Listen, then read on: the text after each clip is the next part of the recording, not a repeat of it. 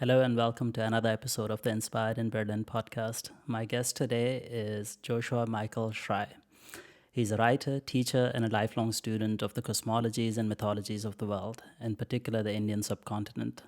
Throughout a lifetime of teaching, study, meditation, and yogic practice, wilderness immersion, art, music, and public speaking, Josh has sought to navigate the living, animate space of the imagination and advocate for a world that prioritizes imaginative vision.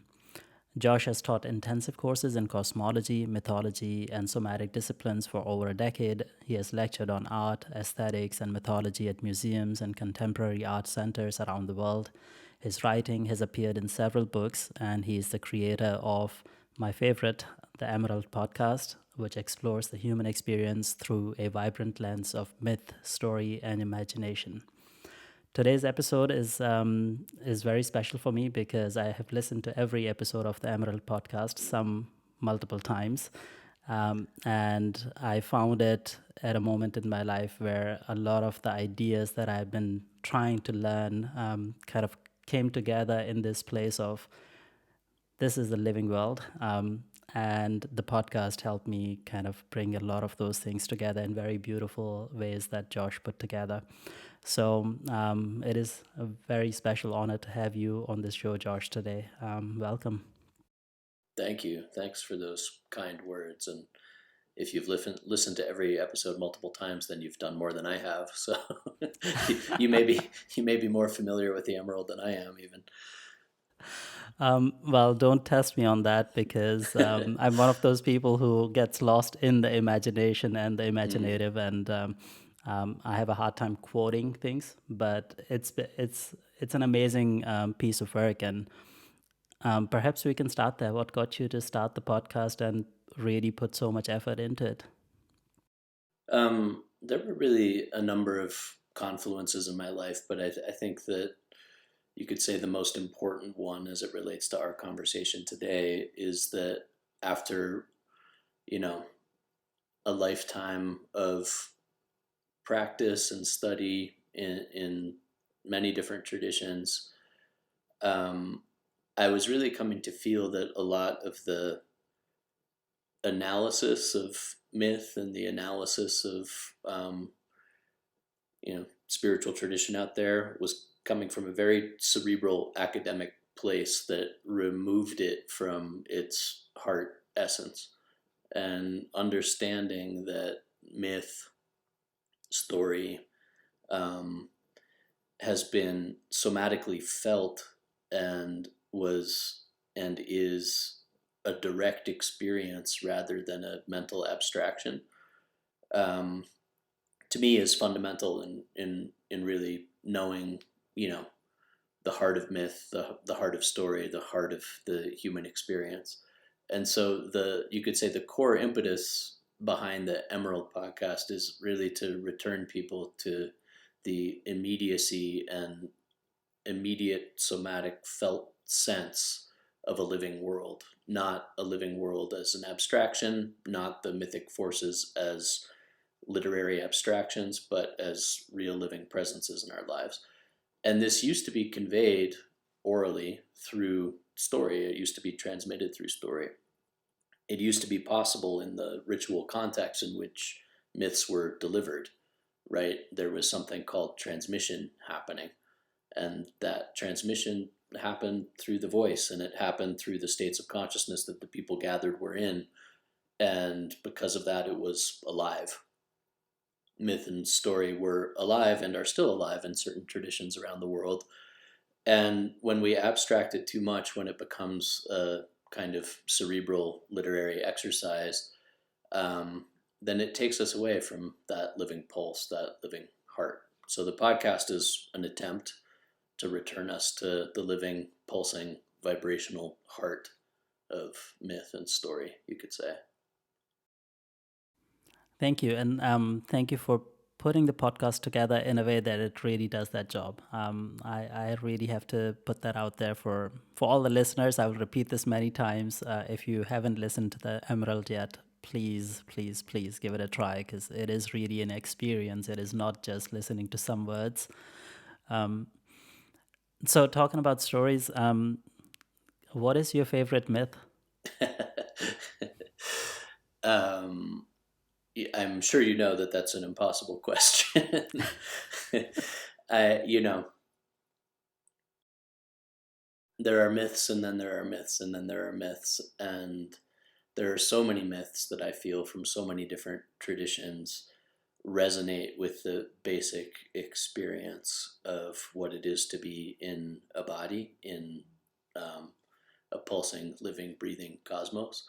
And so those myths that connect me directly to um, this experience where, the Greeks called it ecstasy, this experience where the individual thought processes, the cares and concerns of the day to day kind of melt away in favor of a larger pulsation of the natural world, a feeling of connectedness, a feeling of obliteration, a feeling of becoming linked and torn wide open at the same time. When a myth does that, I feel like that myth has been successful. And that could be many different myths on many different days, right? So if we continue this thread of a myth being a living entity, like to have one myth in written form and say, oh, that's my favorite myth, a myth depends on the telling, and it depends on the context, and it depends again on the states of consciousness in which the people are in who are there receiving that myth, and it depends on the weather, and it depends on the flow of the waters, and it depends on so many things. It's a moment, right? A myth is a moment that's designed to connect us to an eternal moment. And so my favorite myth is those moments um, in which the myth or story connects me to the eternal moment. And it could be the myth of Persephone that does that. It could be the myth of Kubjika, Kundalini in the Indian tantric traditions that does that. Though I wouldn't call that a myth, right? Because myth is an interesting word. It could be the myth of Adonis that does that. There's so many myths that um, the Dionysian myths, so many myths that have the opportunity to break us open, to connect, to feel the world in a different way. So, my favorite myth is the place that myth delivers us. And what story on any given day does that might change. Thank you for that beautiful answer. It is an impossible question, and perhaps it comes from a place, of the black and white way of looking at things that we have all kind of a bit gotten used to. It is either right or wrong. It is either favorite or one of the many. It should either elate you or break you open, and then another one has to come and pick you up. So I suppose we can go to that place. What would be a story that kind of reminds us of this underlying principle that a myth is not just a soothsayer, a myth is not just um, um, a harsh teacher, a myth is not just grandiose or um, commonplace, that it is all of the above or could be. Mm. Yeah, well, I think what you're saying is very important, like that distinction between, you know, um, it's either elating, right? It either fills us with joy or it fills us with dread, right? Those two things couldn't possibly be the same thing, right? Like our experience of nature is what nature. When I'm out in nature, I feel joy, and then there are times out in nature when I feel dread, and this is the intricacy and complexity of being a being within the natural world. So um, to understand, right, that myths traditionally took people along this journey, and there were aspects of descent and rise embedded within the myth, and there were aspects of expansion and contraction embedded within the myth, right? And there were aspects of pain and joy and fear and awe and wonder, all of this embedded in the myth.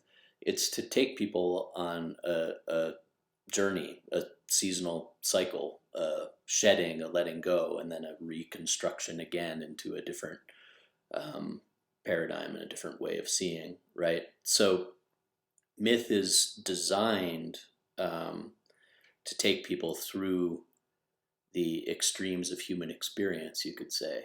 One myth can do this, especially one myth in context.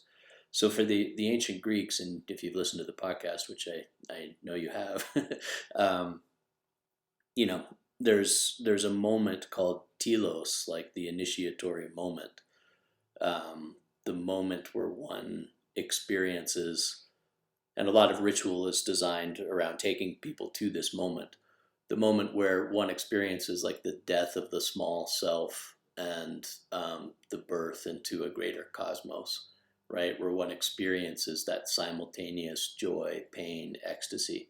The joy and pain of what, right?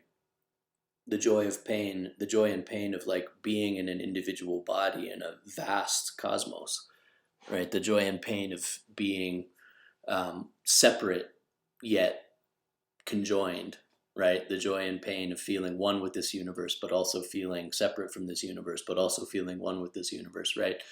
This is the fundamental moment that human beings are longing for. We're longing to feel this rupture into the greater. We're longing to feel this subsumption into the greater. So a myth like Persephone, the story of Persephone where she's taken down into the underworld and then eventually rises back up again, this is a story that was enacted in bodies. It was a story that you didn't just go around telling it. In fact, there was a death penalty for telling it outside of its context. That's interesting to think about in the age of like new age bookstores where you can read every single myth and everything, every single spiritual teaching, right at the for like $20. It was secret and it was held close, and one was filled with anticipation for the moment in which one would finally hear the story.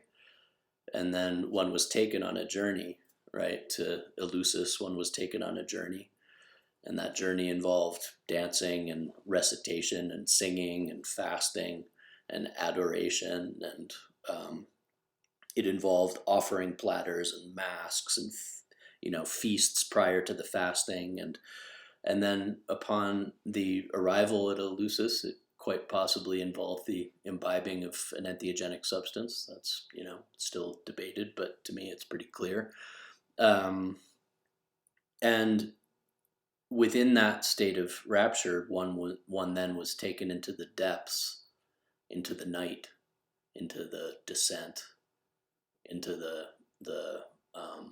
chthonic, into the terrifying, to the point that initiates from some reports did not know if they were going to survive the ordeal or not, right? And this has been historically important in initiatory experiences. And then, at the moment of epiphany, right, the secret of Persephone was revealed.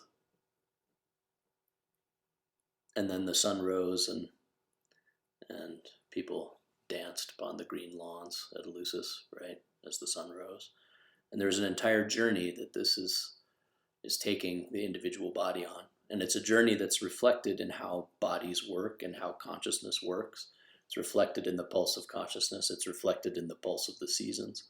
It's reflected in the pulse of the universe around us, right? So the myth reconnects us literally, somatically, through the ordeal of ritual. It reconnects us to a primal pulse that already exists within the cosmos, right? And so, that's a small example of how one story can live within the body of a culture and provide an opportunity for bodies to re-experience this great reconnection that all of us crave, I believe, that all of us long for, right? We all long to feel reconnection to the pulse of what is around us, and so the story itself, the content of the story itself, is married to the larger context of the way in which the story is told, the time in which it's told, the season, the phase of the moon in which it's told, the journey of the initiate who hears the story. It's all interwoven. It's not simply a matter of like, okay, here are the words of the story written on a page and let's analyze those words, right? It's all interwoven so that it can actually do its work within bodies, so that it can actually do its work within the somatic structure of each individual. Indeed, indeed, something to be experienced. This makes my job very hard because we could talk about death and rebirth now, and or we could stop talking altogether and say, "Hey, why are we talking about all of this? We should just go and experience." Um, but perhaps let's do this. We have planned this, and we are here. This longing to connect, and that longing has been acknowledged throughout history through the form of these experiences that then have turned into stories that perhaps contain many stories within them, kind of reminding us of who we are and how we can go on this inner journey as well. How do we put that in today's context? Because the longing is still there, but there's a lot more distractedness. There's also a lot more other things, cheap dopamine available that just kind of pulls us away, right? And then along the way, there's also a lot of charlatans, and there's cheaper versions of the myths. You can have Persephone Light and Odysseus, but maybe skip the last part. How do we put this into today's context, and what are we doing? What are we missing? Yeah, I mean, that's the question for today, right? Is how to actually bring this into practice today. Um, Simple understandings of how myth works and how ritual works and how animate traditions around the world, from hunter-gatherer traditions to you know large scale spiritual traditions, have understood this process. All of this can be really helpful. So like for example, something very simple, when we look at animate tradition, we see around the world, ritual is repetitive. Ritual repeats, right? It repeats. It's not obsessed with finding the new. It's not obsessed with finding the next shiny thing, right? So, like, you look in like the yoga world, for example, and it's like, oh, I'm not happy with simple postural yoga. I think there has to be yoga that involves like, goats, and there's has to be yoga that involves, X, Y, or Z. Like all of this is, it's natural that things like complexify, but really at the heart of it, like, if we're connecting to the essence of how human beings have practiced for hundreds of thousands of years, it has to do with simple, basic, foundational repetition, right? So the moment we see something that seems to be a little too shiny, a little too like flavor of the moment, that's an indication that maybe that thing doesn't have deep roots, and those deep roots are important. And when I say deep roots, it doesn't mean that every single person has to practice within one practice tradition and stick with that tradition for the rest of their lives. But it means that there are certain foundations in ritual traditions around the world that have been practiced over and over and over again. And those foundations tend to be the same no matter where you go. Ritual serving as a way to reconnect, but that reconnection not being about the individual, like, process as we tend to think of it in the modern West, that reconnection being much more of a communal and ecological renewal that we co facilitate together, right? In other words, ritual, there are solo rituals, of course, but even the cultures that have solo rituals still have a whole lot of group rituals, and the solo rituals are the exception, right? Like that ritual is traditionally done in groups, ritual is traditionally done with something at the center. There's something to which we are pouring our adoration, our offering, our joy, our longing, our fear, our awe, and it's not us. And this is really important for the modern West, right? It's not us that we're pouring. Are we a reflection of it ultimately? Sure. But for the purposes of ritual, right, because we have to avoid the trap of ritual getting really, really self involved, right? For the purposes of ritual, it's important to have a center, and it's important for that center to be, you know, whether it's Persephone, whether it's the oak tree, whether it's a particular phase of the moon, whether it's the solstice, right?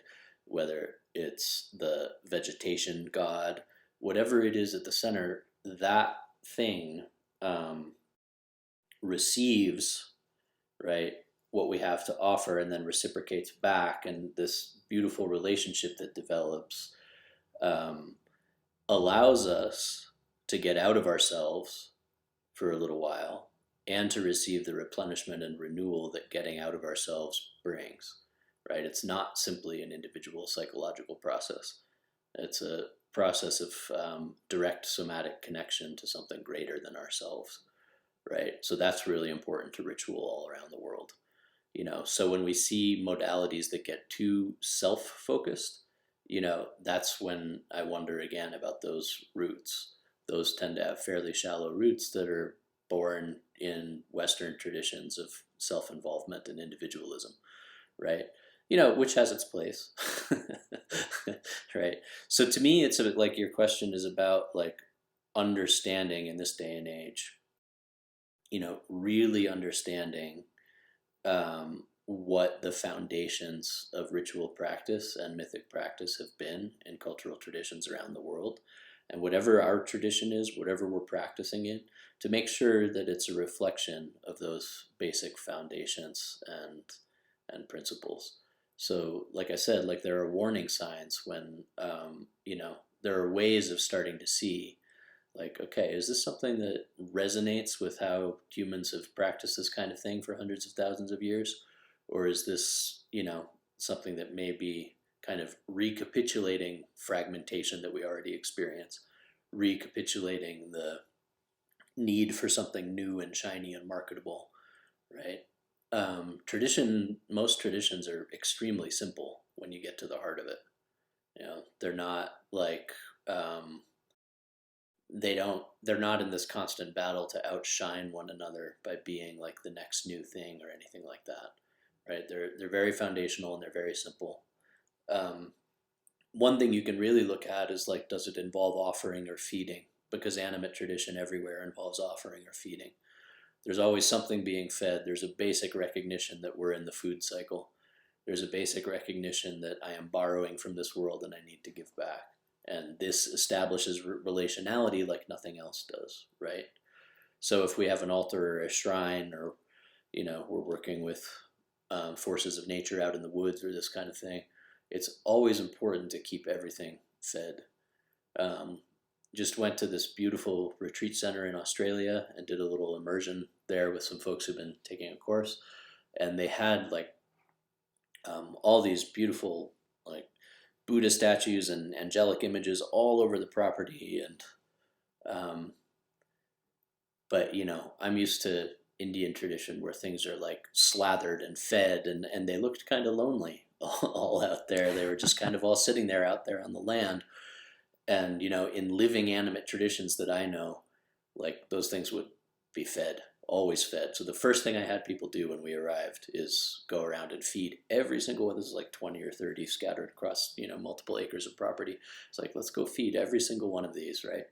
Because there's always feeding, there's always offering, there's always keeping that relationship of, oh, I'm taking food, I'm giving back, right? So what I'm talking about is kind of a simple foundational relationality, a simple foundational understanding of the value of repetition and friction to get us to this place where we can like feel the benefit of the ritual.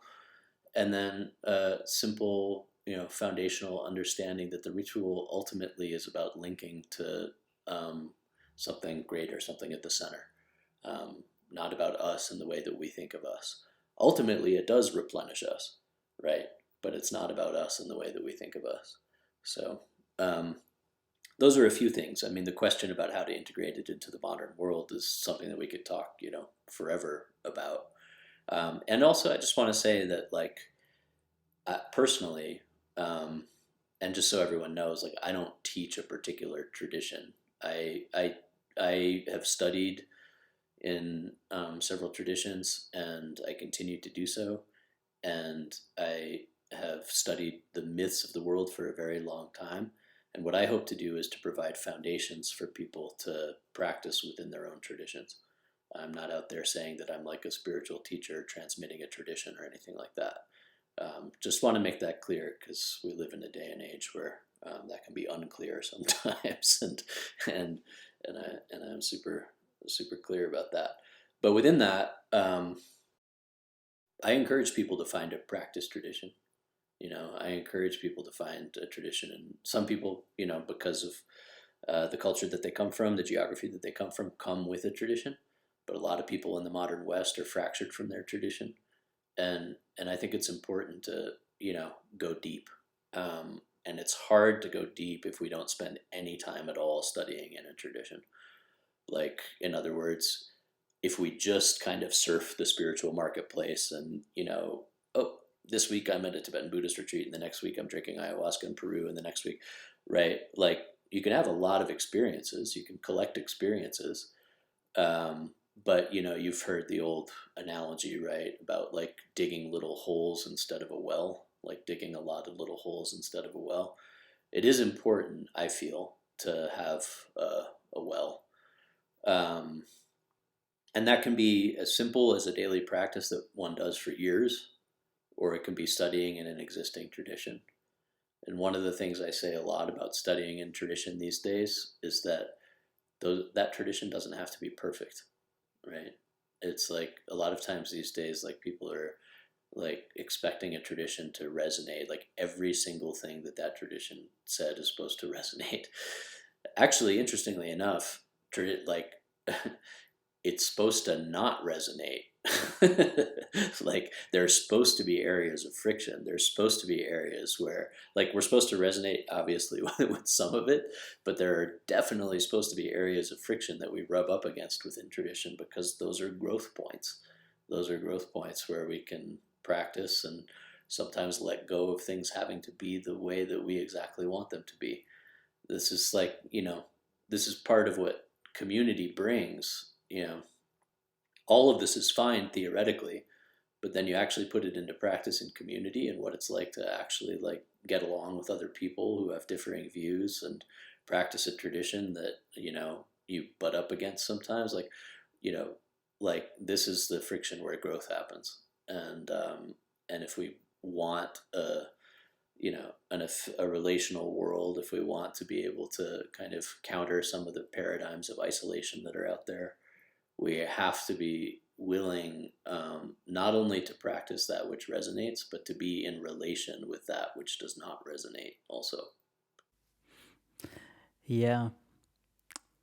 Um, so much to say there. One of the things that came up for me was, I guess in the modern world we seem to focus on consumption a lot more, whereas the older traditions essentially are talking about connection, not consumption. In that connection, there is give and take, there is offering, and there is acknowledgement of what is being received, on at least on our part. I suppose the gods and the beings also acknowledge what they receive. But it is the connection. It is still not a transactional thing. The giving and receiving and the sacrifice and the offering is not a transactional thing. It is still a connection on a personal and communal level. And animism is perhaps the most, let's say, connection heavy, if you call it a culture or an experience, thing that we have, because in a way it is about the spirit of everything around you, right? So you are in a connection all the time. Before I go into that, Let me ask you, how did you come to animism? Because you grew up in a Buddhist setting. Mm. Was there a time in your life where you woke up one day and said, actually, you know what? I'm an animist. um, I hate to break it to all the Buddhists out there, but Buddhism is animist. Buddhism, I mean, you read the Pali Canon, there's like description after description of like forest yakshas and the beings that live in all these places and the relationality with the beings that live in all these places.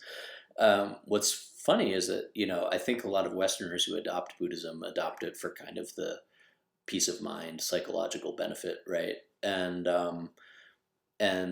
I was immersed in it as a little kid, and so as a little kid, all the stories of like the talking foxes and the Jataka tales and like the animals in the forest and everything, like I didn't have a filter that filtered out like, oh, this is the real Buddhism and this is just kind of some folkloric animism, right? Like for me, it was all animist. And if you go to Japan today, like, the Shinto influence in Buddhism, like, it's incredibly animist. Even Theravadan Buddhism, like, all those Theravadan temples have nagas on the sides of the temples, right? And you know this from listening to Animism as Normative Consciousness, that episode of The Emerald, you know, my basic understanding is that animism absolutely completely pervades our world and we miss it because I just went to Europe in May, and everywhere in European cities are like, you go to fountains in Europe and it's animate beings. You look in the sides of buildings, animate beings. We can't get away from it. Even in like the heart of Christian Italy, right?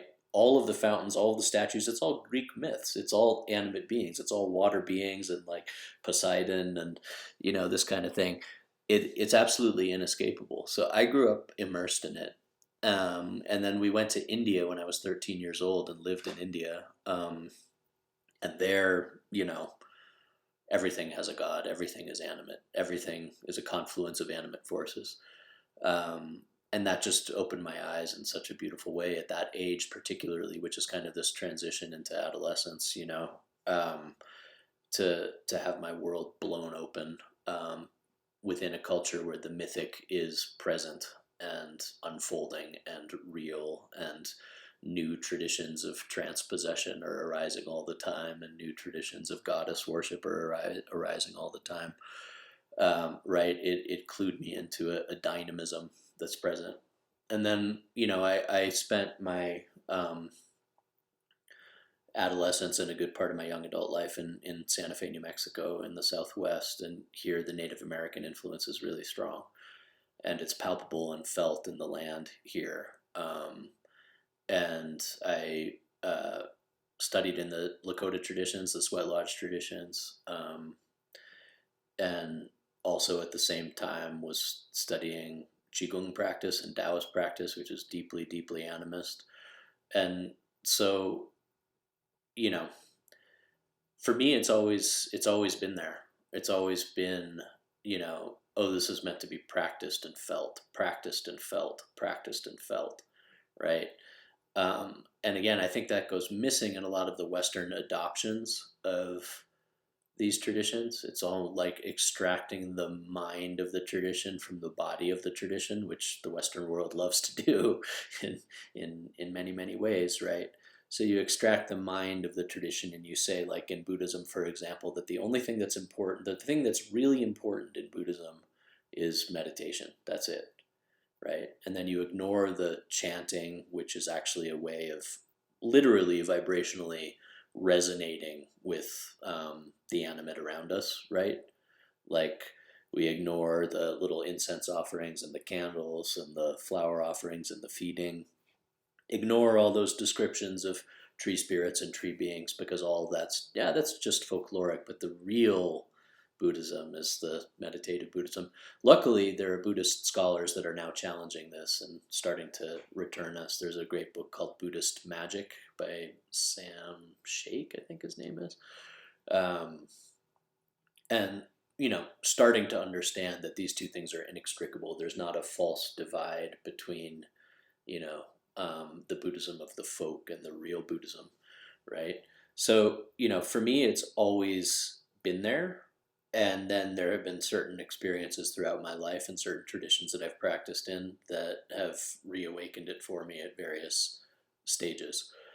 And, there's also a process in this around um, plant medicines and entheogens, which will directly connect you to the experience of a living cosmos, right? They'll wake up that experience. And I think the experience of consuming plant medicines, connects us, no matter what our tradition is, connects us to the fact that what's being spoken about in all these traditions, again, is not an abstract metaphor. It's felt and tangible and present and real and relational, and we can feel it, right? So, animism is just, I think, kind of how I came into this world seeing it. And I ultimately think it's how we all come into this world seeing it. I mean, my kids, like, they're, um, the whole world is alive for them. And they don't have like analytical veils of word driven thought yet. The older one is starting to develop that. um, but you see this kind of direct, this porosity that children have, and this energetic, everything is evaluated energetically, and everything is evaluated in terms of how it feels within the body, right? um, and in Western tradition, we we systematically kind of weed that out. We systematically, by making kids sit in very confined desks and teaching them analytical things in a room, there you were teaching them knowledge that is not in that room, it's somewhere else, right? This is something very interesting, right? As opposed to like child rearing and hunter gatherer cultures, where if you're learning about something, you're learning about it by actually interacting with it and doing it, right?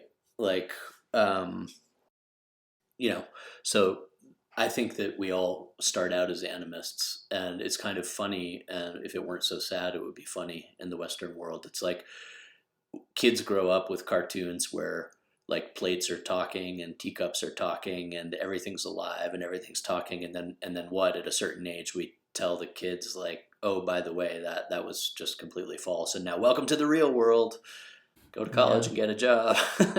It's like, thanks, the world that you introduced me to first was much more interesting actually. Right, you know so yeah, I feel like I've always been quote unquote animist, because I believe that animism is the inherent way that human beings see the world. um, if you spend time in nature like our ancestors did, you've listened to all the episodes, so you've listened to that episode with Anne Rowe where she says that wonderful thing that I quote over and over again. She says everyone kind of poo-poos animism, and then they take a wrong turn on a trail, and it starts getting a little darker outside, and guess what? Within 5 minutes, everyone's an Hmm. animist. Everyone's hearing voices in the forest. Everyone's asking a larger power to help them travel safely through it. Right? It's fundamental. It's absolutely basic, absolutely fundamental. It is. I had this interesting experience, I think, a few years ago. I mean, I've been lucky enough to learn a bit about Buddhism. A lot of it came in Berlin. So even though I come from South Asia, and I told you I grew up close to Mohenjo-daro, it's a nice story to tell. But even there, we are losing a lot of that tradition, and you don't grow up learning about all of that unless you're lucky to have some books lying around, or somebody tells you. And even though I did have a lot of those books around me, and I studied about them, I didn't really learn about the myths and stories as lived experience. For me, those were just more stories. And then in Berlin, I got to learn a bit about Buddhism. I got to learn a bit about yoga. I'm lucky to have had some plant medicines in me as well. And and through that experience a few years ago, I just realized, at deep down, I have been an animist all my life. Because that still lives in South Asia. It lives a lot more. You see it a lot more in India and Pakistan. People walking along a street and hitting, kind of tripping over a stone and then kind of praying to the stone and putting it aside, in very simple ways. So not just in terms of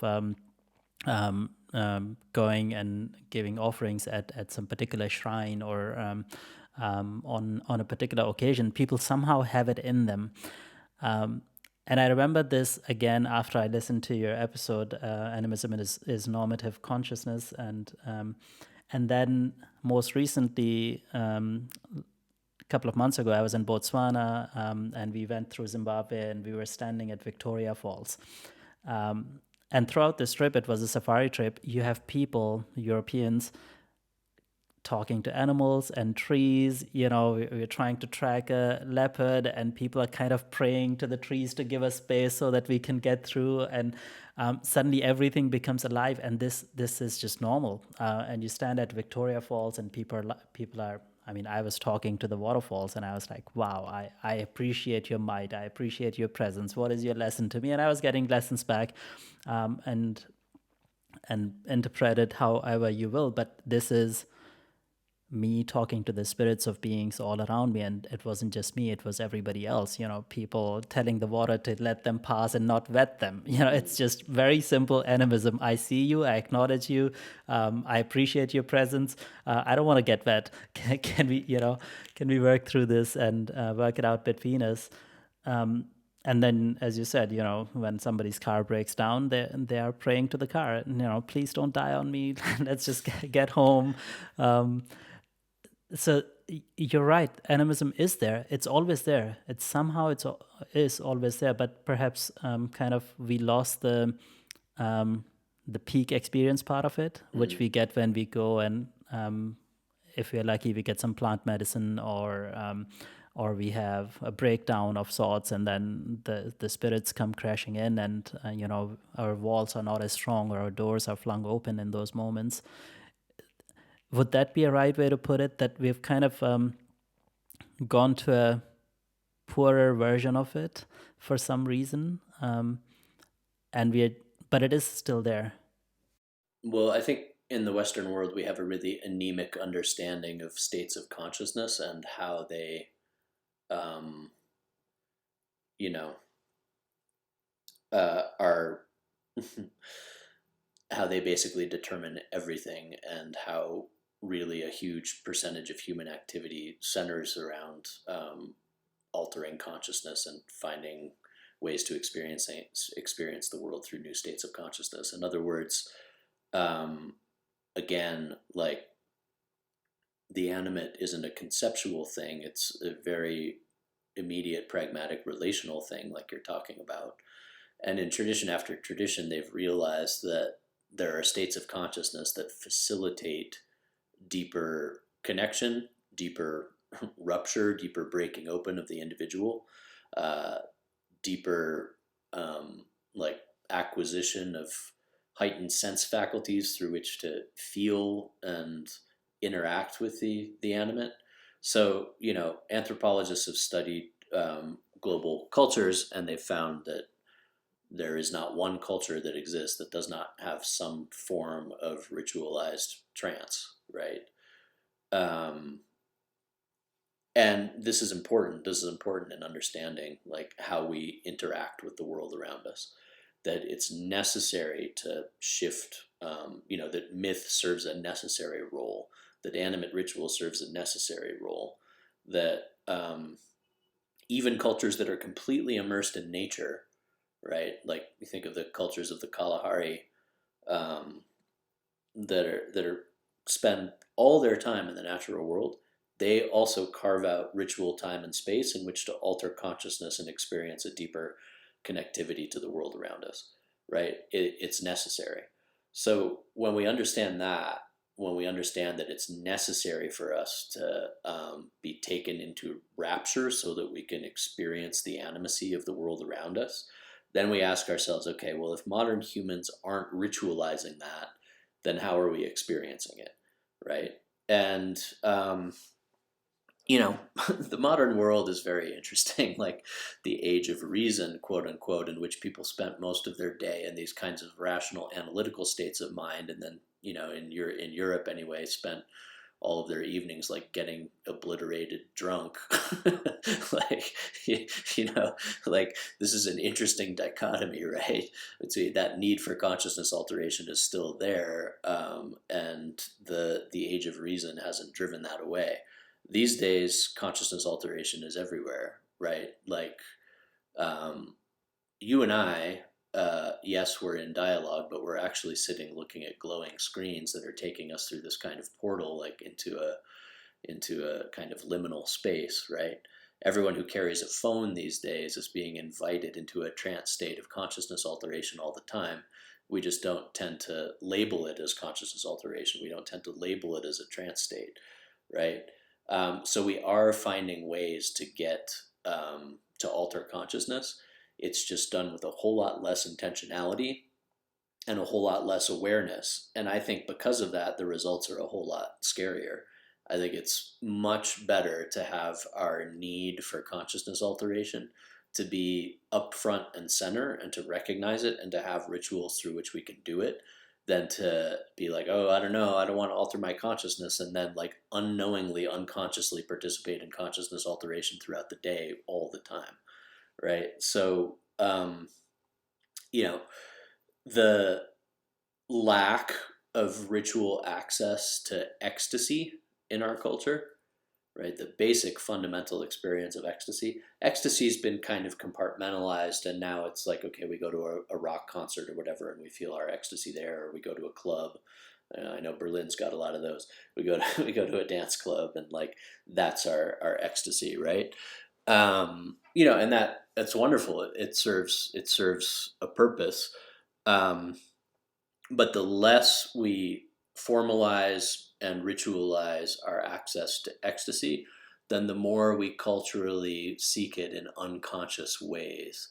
And you can look through our culture these days and you can see, countless examples of how people are seeking ecstasy, seeking ritual intensity, seeking consciousness alteration. The group bonding that happens to people like in like far right extremist groups, for example, like that is an attempt to find communal ritualism, right?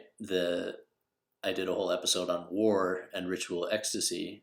War, you know, the intensity of war, when cultures don't have ritual outlets to channel that intensity, it becomes a whole lot easier to find it through violent conflict, right? It's found in many, many, many, many ways. So I think, yeah, our culture, I've been writing, this is coming in the next episode, but modernity requires a certain numbness of us, right? The modern world requires numbness or it wouldn't function. Um, and people ultimately won't live in a numb world. They will find ways to break open that numbness. Now, how we do that, how it's directed, where it goes, what we wake up and how we channel it, that can either be a conscious process or it can be an unconscious process. And it can renew and replenish us, or it can devour us. And I think culturally, we're looking at a time of such fragmentation. We have this kind of weird overarching concept that something's being driven rationally about all this when it's not. That doesn't mean people aren't making use of reason in their various fields. They are, right? But the overarching drive of culture is not rational, it's felt, right? You have a longing for deep reconnections. You have anxiety and isolation at levels that they've never been before. So people are longing for some type of ecstatic somatic reconnection. And they're finding it in all kinds of unconscious ways. Culturally, I think we need to start looking at, our culture. Obviously, when I say our culture, I mean like the modern West, like is not one that is going to force a particular spiritual or religious view on people, which I think is a good thing. But I think we need to look at socioculturally, like, maybe there is a process that we should take our young people through. maybe there is a process that we should establish, festivals that are more than just about like stuffing ourselves with food and eating lots of sugar, right?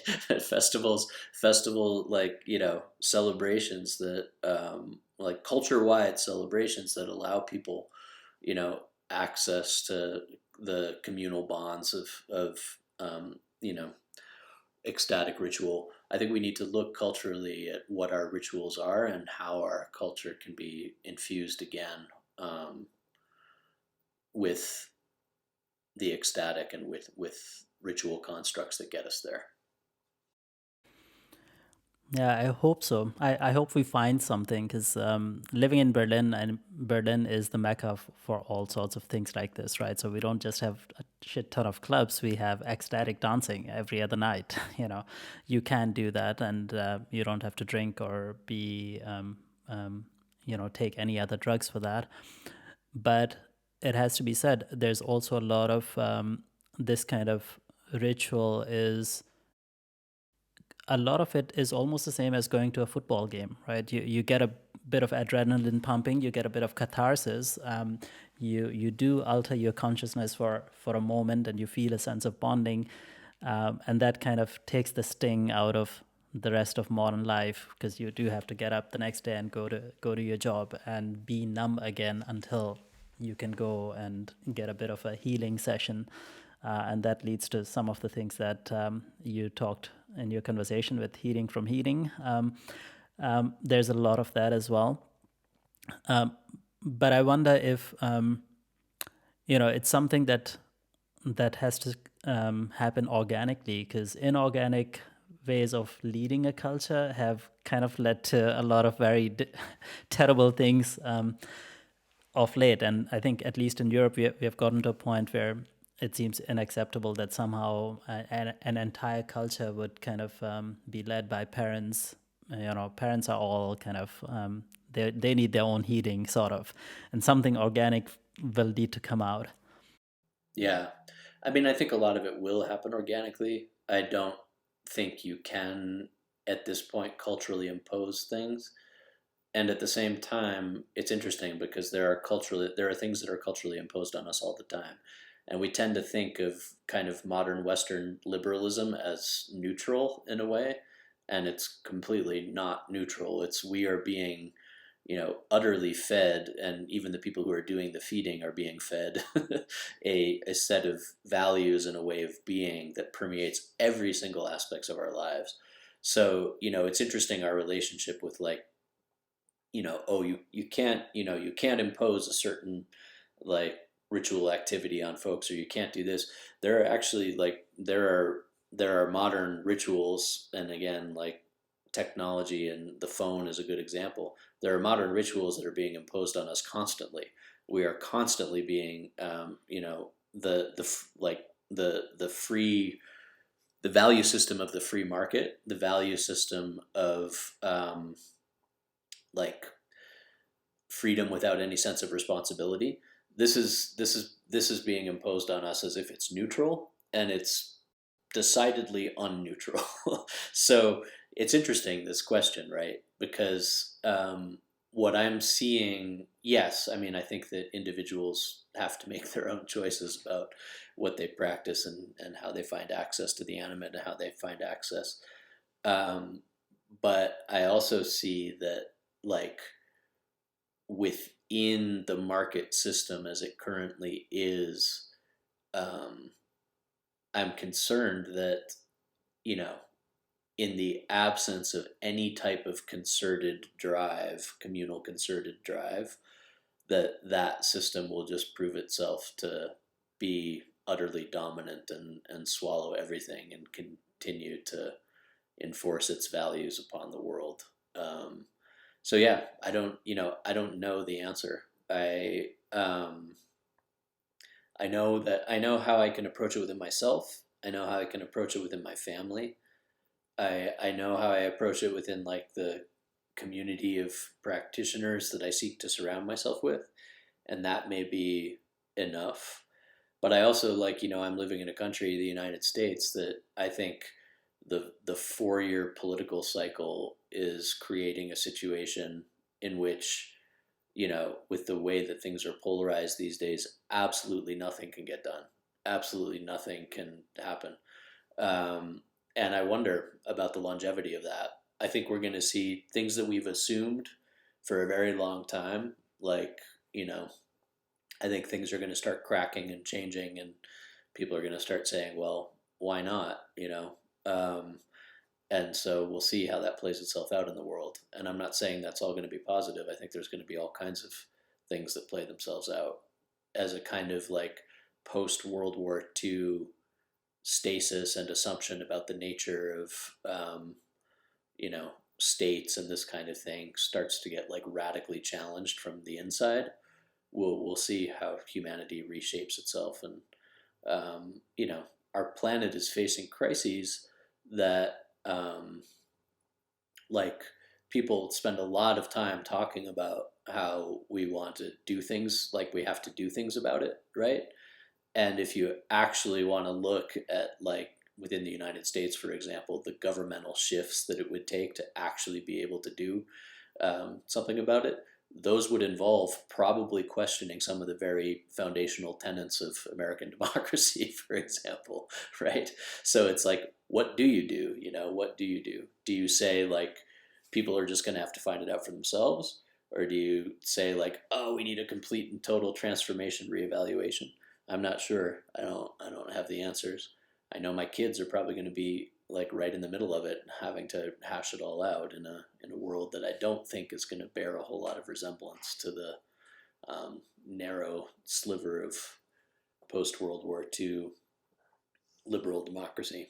Honestly, um, we'll see where it goes. But you got me to talk about politics, which actually isn't very easy to do. So, Well, and I didn't even ask the next question, right? Because mm, I was going to ask, in all of this, in personal transformation, often we say, people change when they hit rock bottom. And it seems that societally, globally, we are kind of waiting to hit rock bottom. And when that happens, then we will have to shift radically. Until that time, we'll try to kind of keep going business as usual. The question I wanted to ask was, in all your experiences, with or without entheogens, what did the gods and goddesses and the spirits tell you? How is it gonna play out? um, yeah, you know, um, I try to resist like global statements of how it's going to play out, and like, I grew up here in Santa Fe, and it was during the first rise of what's sometimes called the New Age, right? And there were a lot of really definitive statements being made about how it was all going to play out, and certain consciousness shifts that were going to happen, and even the dates on which those consciousness shifts were supposed to happen. And none of them really played out the way the people kind of imagined they were going to play out. And I got to see that kind of unfold. And so I think how it plays out is going to be multi-textured. I think, I've said this before in interviews, like, I think we are going to see a rise in um, ritual activity, spiritual activity, even religious activity. I think that people are searching and longing, and the legalization, at least in this country, of many entheogenic substances, or at least the decriminalization, is going to, um, you know, result in their widespread use, and there's going to be a lot more entheogenic, churches and cults springing up, and I think we're going to see this like birth of new traditions over the next 50 years, 100 years, that I think is going to have lots of aspects to it. I think, I'm not saying that's always going to be a good thing. I think it's going to be, weird, and also who knows what might come from it. I think that, yeah, there are certainly shifts that are happening and are going to continue happening, but I also resist like narratives of certainty that are, to me, are very like Anthropocene narratives that basically say humans are ruining the world, and this is exactly what's going to happen. And because to me, that's another way of trying to take control over something that ultimately we really don't know. The most fearful part about it, the most awe-inspiring part about living in these times, is we actually have no idea. And human beings will always find a way to like have, try to have control over a situation, up to and including controlling the narrative of how the end of the world is going to to unfold, right? And what I know of nature and the timescales that nature operates in, and the fact that human beings, like if you want to look geologically, like this era of modern humanity is a tiny, tiny, tiny, tiniest blip, on the radar. Like nature absorbs back into itself and reprocesses and regurgitates and reimagines and re-expresses through extinction events over and over and over and over and over again. And what we are going through right now is an incredibly small part of the story. We'd like to think that we're having such an impact, and none of this means that I don't think that we need to do everything we can to, help preserve ecology and, combat climate change and the injustices that are at play in the world. Of course I do. What I'm specifically resisting is the narrative that we are in control of the outcome and we know exactly what that outcome is going to be if we don't do X, Y, or Z, right? We know some immediate things that can happen, and certainly we need to take steps to prevent that. But the larger picture is a mystery, and that mystery unfolds from the great mystery. And human beings have a very interesting relationship with mystery, right? Spiritual traditions are ostensibly to keep like access to mystery alive, but then they become too rigid and too calcified, and pretty soon access to that mystery is squashed, right? When I see science being successful, it's the science of awe and wonder. It's the science of let's really find out how this works and how this biological system functions, and that is beautiful. And then there is another aspect of the scientific narrative that can be like, we know exactly why this happens, and this is the outcome, and this is the only possible way that this will unfold, and that crushes mystery. Within relationships, we can see like, is that relationship a container for mystery, or is it crushing mystery? Are we comfortable dwelling in the unknown? Are we comfortable saying, you know I have absolutely no idea what's going to happen, but I'm still going to show up and feed the animate forces in my backyard anyway, right? Are we comfortable sitting in that mysterious place where we are not the determiner of final outcomes, right? Where we are carried along for a great and wonderful ride by the powers around us. And in that, we do what we have to do, we do what we can do.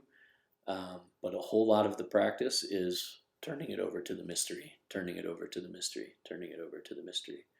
So, I resist narratives that say, like, that we're destroying the world, quote unquote. The world, the world is something very, very vast. The world, right? You know, my son is really into dinosaurs right now, and I look at these. It's like, oh, that was from 70 million years ago. Well, that one was from 280 million years ago. We have no ability to grasp what those time frames are like. You know, like it swallows us. It swallows everything. Kali, right, the swallower of worlds, swallows everything, regurgitates everything. Vama Shakti, she's called sometimes, right? Regurgitating the cosmos, right? They call her the fire of time in the Indian traditions.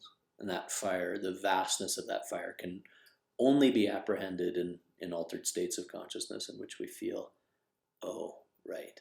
When we talk about nature, when we talk about the world, we're talking about something incredibly vast, right? So I think we have to be really careful of saying that we know what the story is. And within that, as much as we're working to create positive change and keep things habitable and address some of these very, very serious issues, we also have to do our part to remember that we're living in a great mystery. Yeah. So I think that's the best answer I can give. I don't know what's gonna happen. I mean, I don't know what's gonna happen with human beings. I have ideas. It's gonna be interesting. Oh, for sure, for sure. I mean, you're absolutely right. The universe, the world, this is much bigger, far more complex, far more intricate, far more um, alive and intentional than we give it credit, and we often try to take credit for everything that happens around us.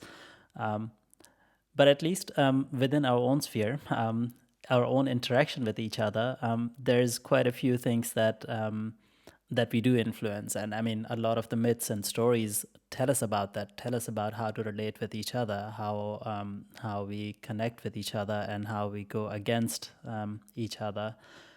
Um, so in a way, for almost all of human history, we've been trying to learn how to behave with each other and with other forces around us. Um, and there's a lot of lessons there. And you did an episode on that you wished it were different. Mm, So there's always that part of us as well that, along with the mystery, has some vision, has some wish, has feels its own pain and other people's pain, and wishes to address it in some way. yeah. So the question was more about what would that different be? What could that different be? And if Mm, that does not happen, what is it that we are dreading? I suppose it's total fragmentation and loneliness. yeah. I mean, yes. I wish it could have been different. I wish that the story of humanity was different than it is. I see the potentiality for humanity. I see like the beauties that we are capable of bringing forth in this world. I see the simplicities, the joys that we gain just from simple contact with one another and doing something as simple as cooking food around a fire. And I ask, like, why did it go this way? Why this restless itch? The restless itch to just, like, I gotta change things, I gotta change things, I gotta change things, I gotta, right? That has been with us from the beginning. Like, I have to alter the environment, I have to move forward, I have to, this anxiousness that has plagued humanity from the beginning. There's a lot of myths about it. There's lots and lots and lots of myths about it. The Promethean myth is a very good myth to look at, about this kind of thing. So I wish, and there are times, and don't get me wrong, like when I'm talking about the ultimate resolvability of nature, that doesn't take away from the grief that I feel over the way we've done things and the way that this is unfolding, at all. I let myself feel that grief. And then when I feel narratives getting too, like, anthropocentric, then I kind of pull back from that grief a little bit and say, hey, wait a minute, there's larger movements at play here that we don't even know. Um, you know, I to really go into how it could have been different means going deep into, the what you could call like the deepest, darkest, most chthonic parts of human nature, and starting to understand that a little bit more, and to, you know, look at the through the prism of history at cultures that have navigated that intensity well, and to see what they've done. Um, Within that, I'm not going to, say too much because I'm not a representative of this particular culture, but the Australian Aboriginal traditions have a whole lot of long-term understanding about how what it means to be in responsible relation with each other, right? And it doesn't mean they didn't war on each other, doesn't mean they didn't fight, doesn't mean they didn't occasionally have disagreements, but the story of those disagreements is embedded in the land and has been for a long time. And that land, the embedding of those stories in the land that is then sung through songs and lives in the bodies of the people, brings a whole lot of, um, understanding about a way to walk in the world that is, in harmony with the law of the land and the consequences that come when we don't. And, saying words to modern, you know, freedom loving, like liberal cultures, like consequences and responsibility, like those words don't tend to land very well. Um, but responsibility is everything. What we're responsible for, what we're responsible to, what we're in relation with, and what our role is in relation to that. Like this is everything. This understanding is everything. And until we, as what you could call kind of an adolescent culture that's just out there trying to like prove like what we can get, and get as much as we can and do all this, until we understand that like responsibility is not a bad word, that responsibility actually is the gateway to a freedom that we never knew existed, that responsibility is a gateway to deeper levels of rapture, right? Until we have embodied the fact that responsibility is not a bad word, then we're going to continue on this adolescent trajectory. And I can only say in my life, like I didn't want to hear anything about the word responsibility for a really long time. You know, like I understand, the kind of like veering towards freedom and that kind of thing. But those cultures that have been the most successful, and by successful I mean lasted the longest, right? We think modern culture is so successful because like we can fly in airplanes and like, you know, have modern medicine and this kind of thing. Um, you know, Modern culture has lasted about 500 years. Like Aboriginal tradition's been in continuous, existence for over 60,000 years, as far as we know. Could be even longer, right? The cultures that are successful in that they come up with a way of like actually living in this world over time that lasts, um, have responsibility embedded into their relationality with the world. Um, and I'll just say, like, so when I say I wish it could have been another way, um, it's not just like I wish we could have all been free dancing beneath the stars to the sound of the Dionysian drumming, right? That's fun and that's beautiful. Um, but embedded within the ritual structure, embedded within the mythic structure, is always the responsibility of the communal. It's always the responsibility of the communal. And, um, you know, understanding uh, what a container is, right, that allows for us to experience the rapture but keeps us in good relation with each other. I wish that human beings had not had such an adverse relationship with responsibility for so many years. And I think, we need to find ways to reclaim that again. But it has to be felt. It's not something that you can like impose, like we were talking about earlier. It has to be felt in individual bodies. Yeah.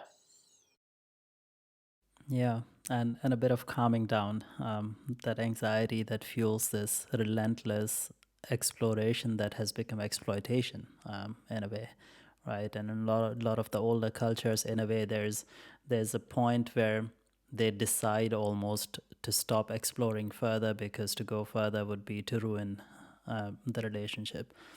Yeah. The basic fundamental idea that we have to extract and know and, glean every ounce of knowledge and potentiality out of each stone, right?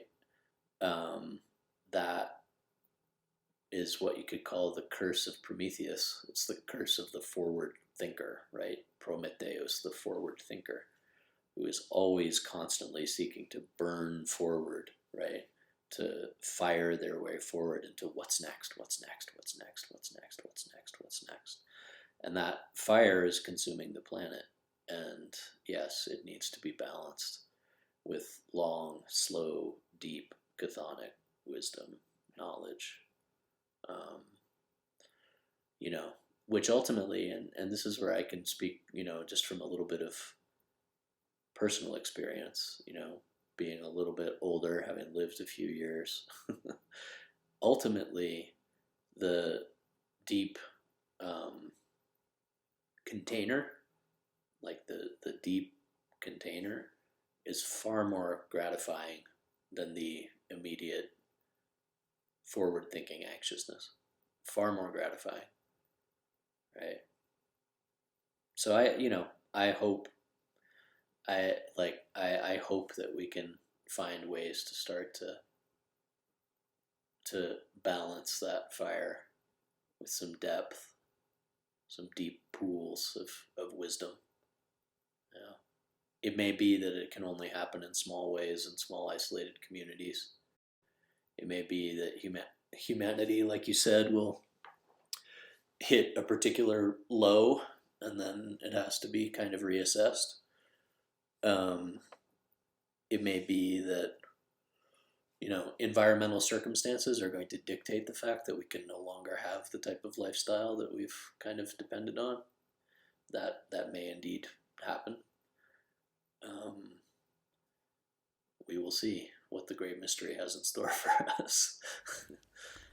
Indeed, indeed. And last but not the least, the myth of the sorcerer's apprentice, or the story of the sorcerer's apprentice, right? And that has just thrown a big wrench into the world systems, at least in the economic systems, when it comes to major corporations and so on. And there will be consequences for sure of that as well. Um, Josh, I want to be mindful of the time. I could talk with you the next 10 hours, but I know you have things to do. Is there anything else you would like to add? Throw in any topic, short, long, doesn't matter. I've got time. Yeah, I just actually I have to get going, but I'll just say a couple more words on what we were just talking about. Like the fact that, the land sings back to us with voices of joy and rapture, and the land sings back to us with stories of responsibility and consequence. These aren't two contradictory things, right? These things are intimately related. The want that we have for rapture, the rapture that we can hold, the joy that we can hold, is directly related to the amount of responsibility that we're able to take. It's directly related to the container that we're able to build individually, communally, right? The Shakti that those who are involved in the yogic traditions, the Shakti that people long to feel, right, is directly proportional to the container that we create in which she can swim and dance, right? So the understanding of opening up to a world of ecstasy, to a world of animacy, is the understanding of opening up to a world of responsibility and consequences. They're not two separate things. So just thought I would close with that. Beautifully put. And for many more beautiful words, people can find you at the Emerald Podcast, which is at least on Spotify, as well as, I assume, on all other platforms. Yeah. And you have a Patreon page, and you are also teaching a couple of courses. Do you want to share a couple of those things as well? Yeah, so the Patreon page is patreon.com/the Emerald Podcast. And it's really simple. There's a really small fee. It comes out to about $6 a month. And then you get access to study group conversations, and twice a month we have study group conversations over Zoom, and it's a vibrant discussion on these types of topics, and really simple way to get involved with what I'm doing and what I'm offering. And yeah, there are long form courses that I teach about coming into deeper knowledge of these mythic foundations and ritual foundations that have been, so central to culture for so long. And if you want to find out info about those, you can email themythicbody@gmail.com and just ask to be put on the mailing list. So that's the pitchy stuff. All right, we'll leave it at that, Josh. It's been a pleasure talking to you, and I hope people will find this conversation as nourishing as I have. Thanks for having me, and for My your pleasure. patience too. Thanks for your patience. No, it's been a pleasure.